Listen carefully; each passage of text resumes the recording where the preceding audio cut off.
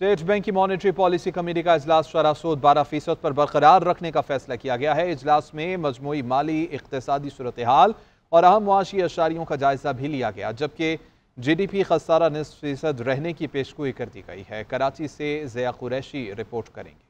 Governor State Bank Jameel Ahmed की जेर सदारत मॉनेटरी पॉलिसी कमेटी का इजलास हुआ, जिसमें पिछली मॉनेटरी पॉलिसी के बाद होने वाली पेशरफ्त पर गौर किया गया। कहा गया टैक्स मुहासिल रवां साल जनवरी और फरवरी में बढ़ने की बाइस मालियाती खाते बेहतर हुए। सूद की अदायगियों में मुतवक्का कमी मजमूई मालियाती तवाजुन को अहदाफ के करीब रखेगी। हुकूमत ने बैंकों से ज्यादा कर्ज लिया, ताहम निजी शोबे के कर्जों की नमू 9.4% के साथ नुमाया रही। बैंक दौलत पाकिस्तान के जारी करदा एलामिया में कहा गया कि फरवरी 2025 में अबूरी महंगाई मजीद कम होकर 1.5% रह गई। मुआशी सरगर्मियां मुसलसल बढ़ रही हैं और दरामदात में इजाफा हो रहा है। ग़िज़ा और तवानाई की कीमतों का बढ़ना महंगाई में इजाफे का बाइस बन सकता है। बड़े पैमाने की अशिया साजी माली साल की पहली शमशाई में कम हुई। बैरूनी कर्जों की अदायगी की वजह से ज़र मुबादला के ज़खायर में कमी आई। FPCCI के सीनियर नायब सदर साकिब फयाज मंगू ने शरह सूद में कोई तब्दीली न किया जाना हैरत अंगेज करार दिया। कहा अफरात ज़र कम होने के बायस हम तवक्का कर रहे थे कि इंटरेस्ट रेट में कमी की जाएगी। हमारा ये मुतालबा है फौरी तौर पे इंटरेस्ट रेट को जो है वो 4 से 5% कम किया जाए, क्योंकि